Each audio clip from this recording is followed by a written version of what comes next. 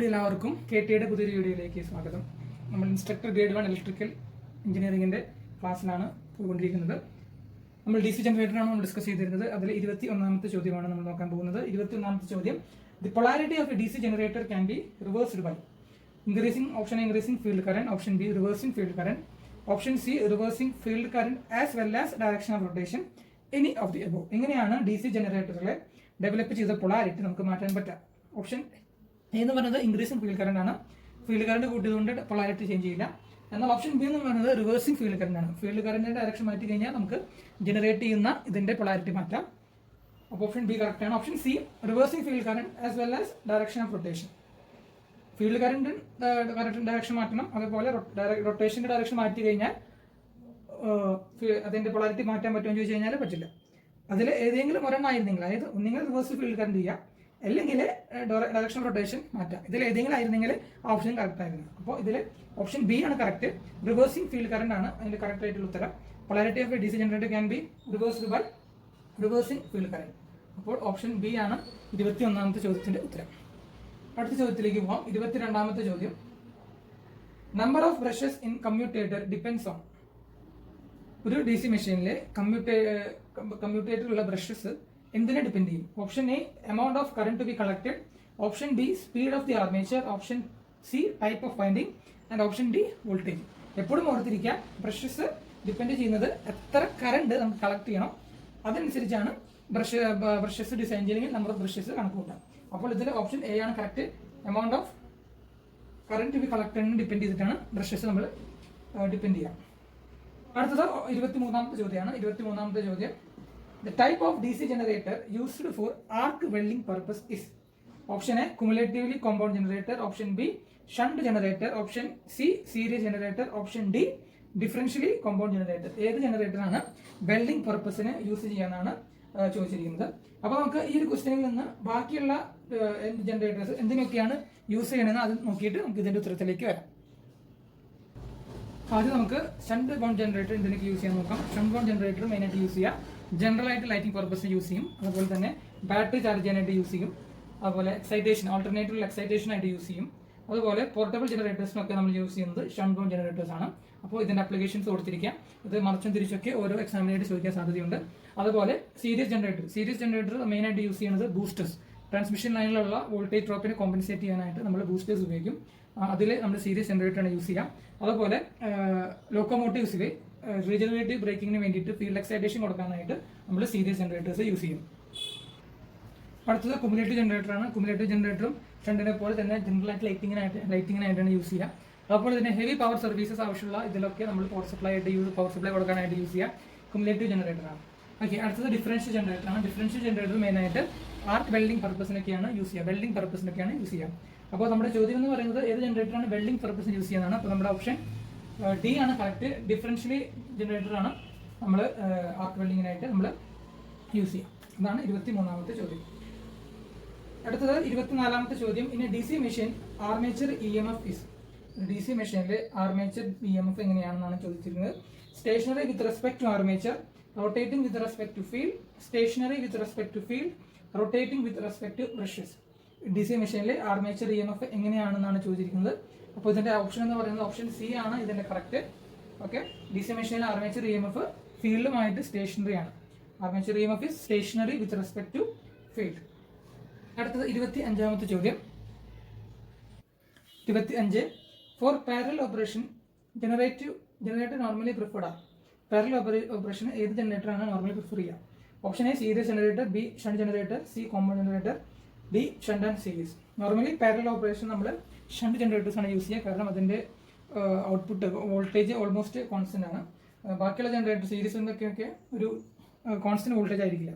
അപ്പോൾ നോർമലി നമ്മൾ പ്രിഫർ ചെയ്യുക പാരലൽ ഓപ്പറേഷന് ഷണ്ട് ജനറേറ്റർ ആണ്. അപ്പോൾ ഓപ്ഷൻ ബി ആണ് അതിന്റെ കറക്റ്റ് ആയിട്ടുള്ള ആൻസർ. 26ാമത്തെ ചോദ്യം, if flux per pole of a shunt bound DC generator is halved and number of poles is doubled, the generator EMF at constant speed. Option A remains same, B doubled, option C is halved, option D none of the above. അതായത് shunt bound ജനറേറ്ററിൽ അതിന്റെ flux per Paul half ചെയ്താലും അതുപോലെ അതിന്റെ number of Paul's double ചെയ്താലും അതിൽ at constant സ്പീഡിൽ ഉണ്ടാകുമ്പോൾ എന്താണ് അതിൽ ഉണ്ടാകുന്ന ആ എഫക്റ്റ് കൊണ്ട് ഉണ്ടാകുന്ന അതുകൊണ്ട് എഫക്റ്റ് കൊണ്ട് EMF എന്ത് സംഭവിക്കുമെന്നാണ് ചോദിച്ചിരിക്കുന്നത്. അപ്പോൾ നമുക്ക് ഇത് കോമൺ ബേസിക് ആയിട്ട് ഇക്വേഷൻ ആണ് E = 5/7/60 ഇത് വെച്ച് ധാരാളം ചോദ്യങ്ങൾ വരാൻ സാധ്യതയുണ്ട്, അതുകൊണ്ട് ഓർത്തിരിക്കാം. ഇതിൽ ഫ്ലക്സിനെ ഓഫ് ചെയ്തു എന്നാണ് പറയുന്നത്. Flux is of. അപ്പോൾ നമ്മൾ ഇതിനെ ഫ്ലക്സിനെ ഓഫ് ചെയ്തു. അതുപോലെ സെഡിനെ കുറിച്ചൊന്നും പറഞ്ഞിട്ടില്ല. സ്പീഡ് കോൺസ്റ്റന്റ് ആണെന്ന് പറഞ്ഞിട്ടുണ്ട്. അപ്പോൾ സെഡും എന്നും കോൺസ്റ്റന്റ് ആണ്, അത് തന്നെയാണ്, മാറ്റില്ല. അടുത്തത് number of poles is doubled. Poles double ചെയ്തു എന്ന് പറഞ്ഞിട്ടുണ്ട്. നമ്പർ ഓഫ് പോൾസ് ഡബിൾ ചെയ്ത് കഴിഞ്ഞാൽ P എന്ന് പറയുന്നത് 2P ആവും. ബാക്കി ഒന്നിനെയും കുറിച്ച് ഒന്നും തന്നിട്ടില്ല. ഓക്കെ, അപ്പോൾ ഈ 2ഉം ക്യാൻസൽ ആയി കഴിഞ്ഞാൽ നമുക്ക് വീണ്ടും EG1 തന്നെയാണ് കിട്ടുക. അതായത് ഒരു ചേഞ്ചും ഉണ്ടാവില്ല. EG1 = EG2. അതായത് ഓപ്ഷൻ A ആയിരിക്കും അതിൻ്റെ ഉത്തരം. It remains same.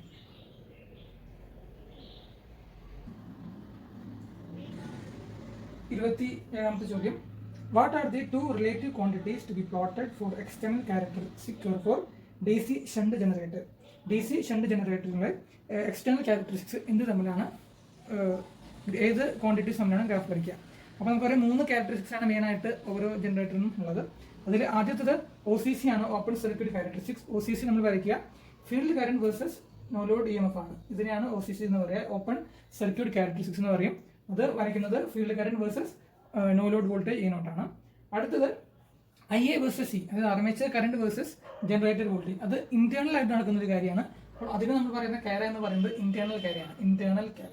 അപ്പോൾ ഇന്റേണൽ ഏത് തമ്മിലാണ് വരയ്ക്കുക? ഇന്റേണൽ വരയ്ക്കുക armature current IA versus C ആണ്. അടുത്ത മൂന്നാമത്തെ ഒരു കാര്യമുണ്ട്, എക്സ്റ്റേണൽ കാര. എക്സ്റ്റേണൽ കാര എന്ന് വെച്ചാൽ ടെർമിനൽ ജനറേറ്ററിന്റെ ടെർമിനൽ സൈഡിൽ വരുന്ന ഔട്ട്പുട്ട് റിലേറ്റഡ് ആയിട്ടുള്ള ക്വാണ്ടിറ്റീസ് തമ്മിലുള്ള റിലേഷൻഷിപ്പ് വരയ്ക്കുന്ന ഗ്രാഫിനെയാണ് എക്സ്റ്റേണൽ കാര എന്ന് പറയുന്നത്. അപ്പോൾ എക്സ്റ്റേണൽ ആയിട്ട് നമുക്ക് കിട്ടുന്നത് ടെർമിനൽ വോൾട്ടേജ് VTയും അതിൽ പോകുന്ന കറണ്ടും IL ആണ്. അപ്പോൾ IL വേഴ്സസ് VT നമ്മൾ എക്സ്റ്റേണൽ കാര എന്നാണ് പറയുക, എക്സ്റ്റേണൽ കാര. അപ്പോൾ നമ്മളോട് ചോദിച്ചിരിക്കുന്നത് ഏതാണ് എക്സ്റ്റേണൽ കാര എന്നാണ്. അപ്പോൾ ഇതിൽ ഓപ്ഷൻ C ആണ് കറക്റ്റ്. IL വേഴ്സസ് VT ആണ് ഇതിന്റെ എക്സ്റ്റേണൽ കാരയുടെ കാര വരയ്ക്കുക. ഓക്കെ,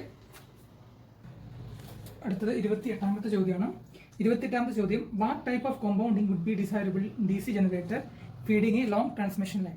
ലോങ് ട്രാൻസ്മിഷൻ ലൈനിൽ ഫീഡ് ചെയ്യുന്ന ജനറേറ്ററിന് എന്ത് കോമ്പൗണ്ടിങ് ആയിരിക്കണം? ഓവർ കോമ്പൗണ്ടിങ് ആയിരിക്കണം, അണ്ടർ കോമ്പൗണ്ടിങ് ആയിരിക്കണം, ഫ്ലാറ്റ് കോമ്പൗണ്ടിങ് ആയിരിക്കണം? അപ്പോൾ ആദ്യം നമ്മൾ ഇതിൽ എന്താണ് ഓവർ, ഫ്ലാറ്റ്, അണ്ടർ എന്ന് നോക്കാം. നമുക്കറിയാം ഇത് എക്സ്റ്റേണൽ കാരിയറാണ്, നമ്മളത് ഡിസ്കസ് ചെയ്യുക. എക്സ്റ്റേണൽ കാരിയാണ് വരച്ചിരിക്കുന്നത്. എക്സ്റ്റേണൽ കാരിയർ നമുക്കറിയാവുന്നത് പോലെ terminal voltage versus load current ആണ് നമ്മൾ എക്സ്റ്റേണൽ കാരിയർ വരയ്ക്കാം. അപ്പോൾ ഇതിൽ 3 കാര കാണിച്ചിട്ടുണ്ട്, ഓവർ, ഫ്ലാറ്റ്, അണ്ടർ. ഇത് മെയിനായിട്ട് സീരീസ് ഫീൽഡ് വൈൻഡിങ്ങിനെ അഡ്ജസ്റ്റ് ചെയ്തിട്ടാണ് നമ്മൾ ഇത് ഓവർ ആണോ, ഫ്ലാറ്റ് ആണോ, അണ്ടർ ആണോ എന്ന് നമ്മൾ മനസ്സിലാക്കാം. ഇപ്പോൾ സപ്പോസ് ഒരു സീരീസ് ഫീൽഡ് വൈൻഡിങ് നമ്മൾ അഡ്ജസ്റ്റ് ചെയ്തിട്ട് എങ്ങനെയാണ് അഡ്ജസ്റ്റ് ചെയ്യുക? ഈ series field winding adjusted in order to increase the load current. Load current increase ചെയ്യാൻ വേണ്ടിയിട്ട് നമ്മൾ സീരീസ് ഫീൽഡ് വൈൻഡിങ് നമ്മൾ ടേൺസ് കൂട്ടുകയാണെങ്കിൽ അതിന്റെ ടെർമിനൽ വോൾട്ടേജ് കൂടുകയാണെങ്കിൽ, അതിന്റെ ടെർമിനൽ വോൾട്ടേജ് ലോഡ് കറന്റ് അനുസരിച്ച് കൂടുകയാണെങ്കിൽ അതിന് നമ്മൾ ഓവർ കോമ്പൗണ്ടഡ് എന്ന് പറയും. അതേസമയം സീരീസ് ഫീൽഡ് വൈൻഡിങ് അഡ്ജസ്റ്റ് ചെയ്തിട്ട് അതിന്റെ ടെർമിനൽ വോൾട്ടേജ് ഓൾമോസ്റ്റ് കോൺസ്റ്റന്റ് ആണെങ്കിൽ നമ്മൾ അതിനെ ഫ്ലാറ്റ് കോമ്പൗണ്ടഡ് എന്ന് പറയും. എന്നാൽ ലോഡ് കറന്റ് കൂടുന്നതനുസരിച്ച് അതിന്റെ ടെർമിനൽ വോൾട്ടേജ് കുറയാണെങ്കിൽ നമ്മൾ അതിനെ അണ്ടർ കോമ്പൗണ്ടഡ് മെഷീൻ എന്ന് പറയും. ഓക്കെ, ഓർത്തിരിക്കുക, ലോഡ് കറന്റ് ബേസ് ചെയ്തിട്ടാണ്. ലോഡ് കറന്റ് കൂടുമ്പോൾ ടെർമിനൽ വോൾട്ടേജ് കൂടുകയാണെങ്കിൽ അതിനെ ഓവർ കോമ്പൗണ്ടഡ് എന്ന് പറയും. ലോഡ് കറന്റ് കൂടുമ്പോൾ വോൾട്ടേജ് കോൺസ്റ്റന്റ് ആണെങ്കിൽ അതിനെ ഫ്ലാറ്റ് കോമ്പൗണ്ടഡ് എന്ന് പറയും.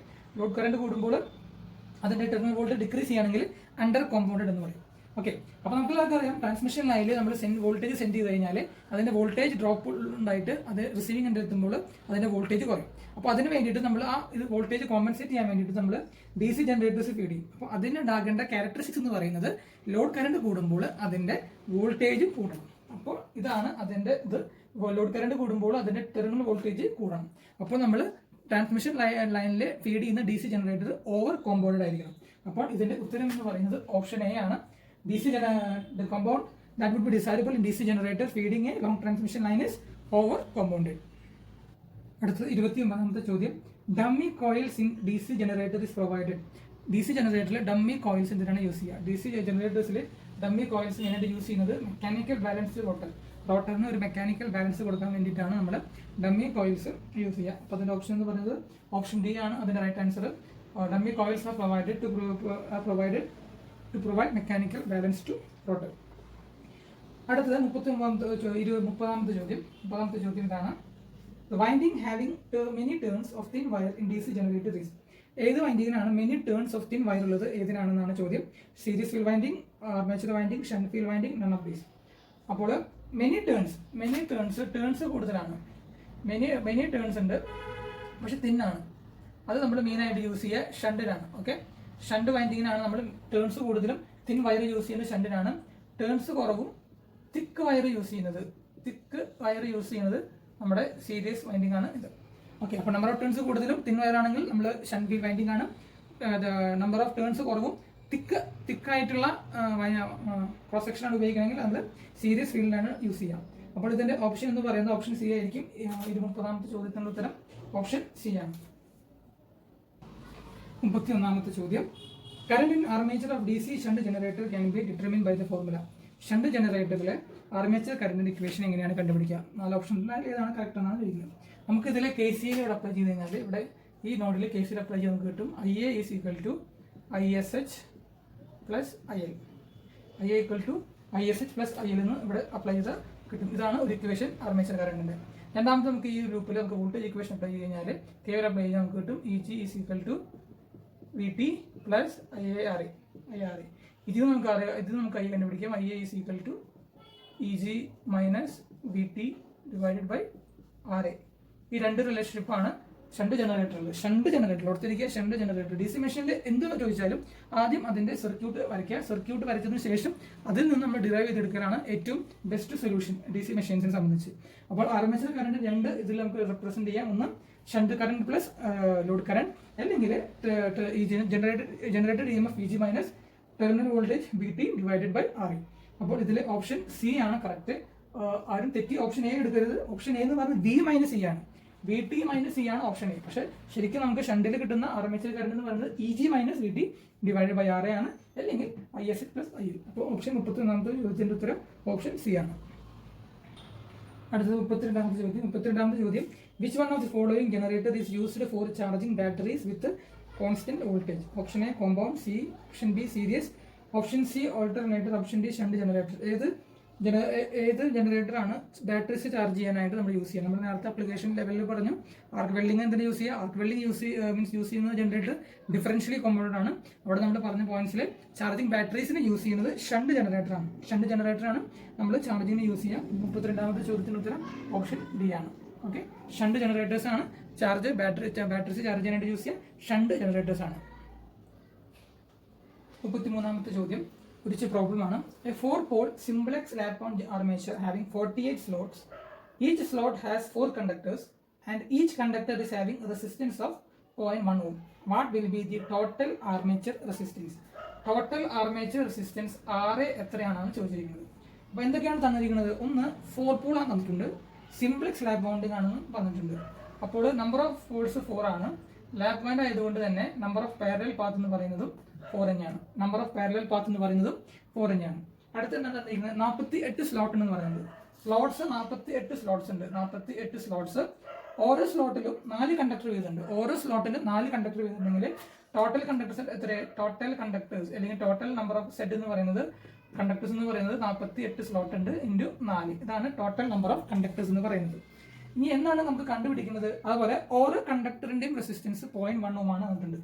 ഓരോ കണ്ടക്ടറിന്റെ സിംഗിൾ കണ്ടക്ടറിന്റെ റെസിസ്റ്റൻസ് എന്ന് പറയുന്നത് 0.1 ഓം ആണെന്നും തന്നിട്ടുണ്ട്. നമുക്ക് RA ആണ് കണ്ടുപിടിക്കേണ്ടത്. അപ്പോൾ RA എന്ന് പറയുന്നത് ആർമേച്ചർ റെസിസ്റ്റൻസ് ആണ്. ആർമേച്ചറിന് അക്രോസ് ഉള്ള റെസിസ്റ്റൻസ് എത്രയാണെന്നാണ് കണ്ടുപിടിക്കേണ്ടത്. അപ്പോൾ നമുക്കറിയാം നമ്പർ ഓഫ് പാരലൽ പാത്ത് 4 ആണെങ്കിൽ ഒരു പാരലൽ പാത്തിൽ എത്ര കണ്ടക്ടേഴ്സ് ഉണ്ടെന്ന് നോക്കാം. കണ്ടക്ടേഴ്സ് പെർ പാരലൽ പാത്തിലെ കണ്ടക്ടർ ഒരു പാരലൽ പാത്തിൽ എത്രയുണ്ട്? 48/4 divided by number of parallel path 4. 48 conductors ആണ് ഒരു ഇതിലുള്ളത്. 48 കണ്ടക്ടേഴ്സ് ആണ് ഒരു പാരലൽ പാത്തിലുള്ളത്. അപ്പോൾ 48 കണ്ടക്ടേഴ്സ് ആണ് ഒരു പാരലൽ പാത്തിലെങ്കിൽ ഒരു പാരലൽ പാത്തിൽ എത്ര ടോട്ടൽ റെസിസ്റ്റൻസ് ആയിരിക്കും? Resistance per parallel path. ഒരു പാരലൽ പാത്തിൽ 48 കണ്ടക്ടേഴ്സ് ഉണ്ട്. ആ 48 കണ്ടക്ടേഴ്സ് ഒരു പാരലൽ പാത്തിൽ സീരീസ് ആയിട്ട് കണക്ട് ചെയ്യുന്നതാവാം. അപ്പോൾ ഒരെണ്ണത്തിന് 0.1 ആണെങ്കിൽ 48 എണ്ണത്തിന് കിട്ടാനായിട്ട് ഇൻറ്റു 0.1 ചെയ്ത് കഴിഞ്ഞാൽ നമുക്ക് കിട്ടും 4.8. അപ്പോൾ റെസിസ്റ്റൻസ് പെർ പാരലൽ പാത്ത് 4.8 ആണ്. ഇനി 4 പാരലൽ പാത്ത് ഉണ്ട്. 4 പാരലൽ പാത്ത് ഉണ്ടെങ്കിൽ അത് 4ഉം പാരലൽ ആയിട്ടാണ് കണക്ട് ചെയ്തിട്ടുണ്ടാവുക. അതായത് 4 പാരലൽ പാത്ത് ഉണ്ടെങ്കിൽ ഇത് 4.8, ഇത് 4.8, ഇതും 4.8, ഇതും 4.8. ഇതാണ് നമ്മുടെ ആർമേച്ചർ റെസിസ്റ്റൻസ് എന്ന് പറയുന്നത്. ഇതാണ് ഇതിന് അക്രോസ് കിട്ടുന്ന ഇക്വലന്റിനാണ് 4.8 ആർമേച്ചർ റെസിസ്റ്റൻസ് എന്ന് പറയുന്നത്. ഇത് 4.8 ആണ്, ഇത് എല്ലാം 4.8 ആണ്. അപ്പോൾ പാരലൽ നമ്മൾ ആഡ് ചെയ്യുമ്പോൾ നമ്മൾ എല്ലാം സെയിം വാല്യൂ ആയതുകൊണ്ട് ഡിവൈഡ് ബൈ 4 ചെയ്ത് കഴിഞ്ഞാൽ നമുക്ക് മേജർ റെസിസ്റ്റൻസ് കിട്ടും. 4.8 ഡിവൈഡഡ് ബൈ 4 1.2 ഓം. ഇതാണ് റെസിസ്റ്റൻസ് പെർ, അല്ലെങ്കിൽ ടോട്ടൽ ആർമേച്ചർ റെസിസ്റ്റൻസ് എന്ന് പറയുന്നത് 1.2 ഓം ആണ്. അപ്പോൾ ഇതിന്റെ ഉത്തരം എന്ന് പറയുന്നത് ഓപ്ഷൻ ബി ആണ്. ഓക്കെ, അപ്പോൾ ഓർത്തിരിക്കുക എന്തൊക്കെയാണ് തന്നിട്ടുള്ള ഡാറ്റാസ് എന്ന് ഓർത്തിരിക്കുക, അതിനനുസരിച്ച് നമ്മൾ ഇക്വേഷൻസ് ഡിറൈവ് ചെയ്യാം. അടുത്ത 34ാമത്തെ ചോദ്യം, consider the following parts of DC machine: yoke, armature, core, brushes, pole core. Which of the above parts are subjected to iron loss? മുകളിൽ നൽകുന്ന ഏതൊക്കെ പാർട്സ് ആണ് അയൺ ലോസിന് അല്ലെങ്കിൽ കോർ ലോസിന് സബ്ജക്ട് ചെയ്തിട്ടുണ്ടാവും? 4 ഓപ്ഷൻസ് ഉണ്ട്. 1 and 2, 2 only, 1 only, 1, 2, 3 and 4, ഇങ്ങനെ അല്ല option. അപ്പോൾ ഇതിൽ ഏത് പാർട്ടിലാണ്, യോക്കിലാണോ അതോ ആർമേച്ചർ കോറിലാണോ ബ്രഷിലാണോ അല്ലെങ്കിൽ പോളിലാണോ അയൺ ലോസ് ഉണ്ടാവുക എന്നാണ് ചോദ്യം. അപ്പോൾ അയൺ ലോസ് മെയിൻ ആയിട്ട് ഉണ്ടാവുക യോക്കിൽ മാത്രമാണ് ഉണ്ടാവുക. അപ്പോൾ ഇതിന്റെ ഓപ്ഷൻ എന്ന് പറയുന്നത് ഓപ്ഷൻ സി ആയിരിക്കും. 34ന്റെ അയൺ ലോസ് അല്ലെങ്കിൽ കോർ ലോസ് ഉണ്ടാവുന്നത് യോക്കിൽ മാത്രമാണ്. അടുത്ത 35ാമത്തെ ചോദ്യം. 35ാമത്തെ ചോദ്യം ഇതാണ്: A shunt generator as A critical resistance of 200 ohm at a speed of 800 rpm. If speed of generator is increased to 1000 rpm, what is the change in critical resistance of generator? അതായത് ഒരു 800 rpm ഒരു shunt ജനറേറ്ററിന് resistance, critical resistance 200 ohm ആണ്. അതിന്റെ speed 1000 rpm ആക്കിയാൽ എന്താണ് critical resistance of generator ആവുന്നതാണ്. ഓർത്തിരിക്കുന്ന relationship എന്ന് പറയുന്നത് ക്രിട്ടിക്കൽ റെസിസ്റ്റൻസ് എപ്പോഴും സ്പീഡിന് പ്രൊപ്പോർഷണൽ ആയിരിക്കും. അപ്പോൾ നമുക്ക് എങ്ങനെ എഴുതാം? ഇതിൽ ചോദിച്ചിരിക്കുന്നത്, ആദ്യം പറഞ്ഞിരിക്കുന്നത് 200 ഓമിലെ സ്പീഡ് എന്തായിരുന്നു? 800 rpm ആയിരുന്നു. ഇനി എക്സ് സമയത്ത് 1000 ആക്കിയപ്പോൾ എന്താണ് ക്രിട്ടിക്കൽ റെസിസ്റ്റൻസ്?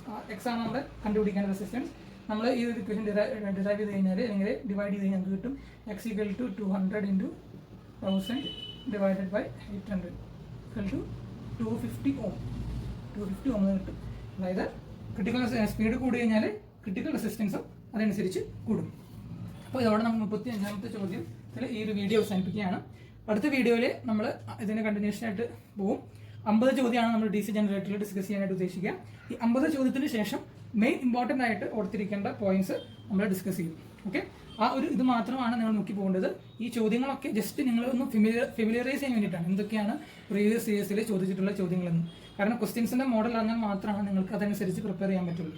ഓക്കെ, അപ്പോൾ ഈ വീഡിയോ എല്ലാവർക്കും ഇഷ്ടമാണെന്ന് വിചാരിക്കുന്നു. അടുത്ത വീഡിയോ കാണുന്നതുവരെ എല്ലാവർക്കും ഗുഡ് ബൈ.